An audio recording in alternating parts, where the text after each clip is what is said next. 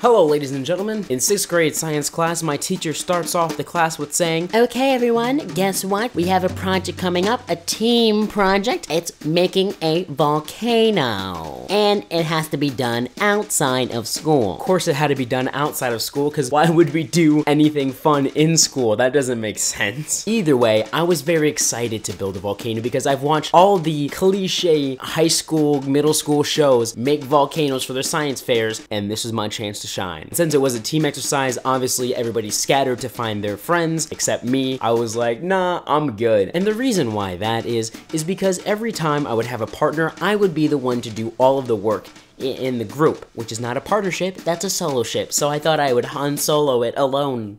Oh, in it.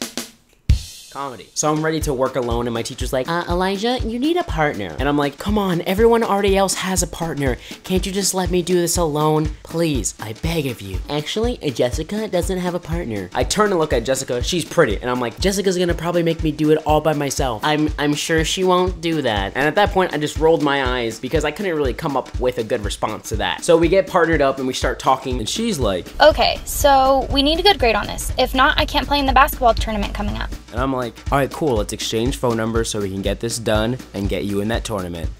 No, I don't feel comfortable giving my number out. I thought exchanging numbers would be a great idea because we have to communicate outside of school to do this project. But so over the next week, I try to reach out to her, and every time I try to approach her, she would just come up with an excuse like, "Actually, I can't come over tonight because my boyfriend and I are having a play date." or. "Yeah, I just don't want to be in the same area as you out of school." So of course this means that I had to make the frickin' project myself. So I finished the project, I'm just looking at it thinking, this is the coolest thing ever. And then I realized I was by myself and that this was supposed to be a team project. And that's when an idea started to sneak its way into my brain. That's when I whipped out my calculator, crunched the numbers, and figured out what a 0% would do to my grade. Like if I failed this, what would my grade be? Could I still pass this class? Because I had to get it above a C because I got a C last time. My mom really handed it to me and I didn't want to relive that. And after doing the numbers, if I stopped, I would get an A still. So I concocted an evil genius idea. I went to bed, I woke up the next morning, and I grabbed the volcano. I'm walking out the door, heading to the bus. I get to the bus stop, and as the bus came, I took the volcano, I put it on some random person's doorstep, and I run onto the bus and go to school. I get to class,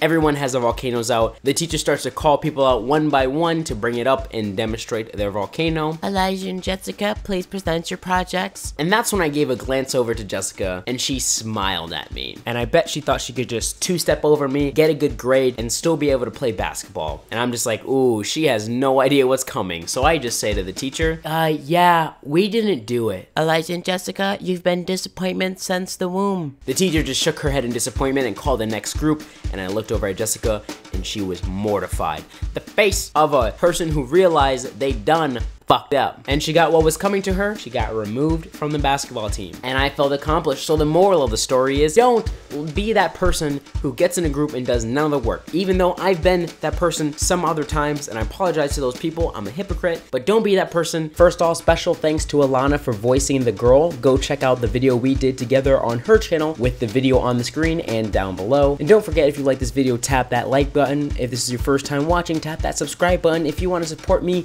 making videos, check out the Patreon link down below. Again, go watch the video we did on Alana's channel. It's amazing. Thank you for watching. My name is Elijah Pysyk. The end.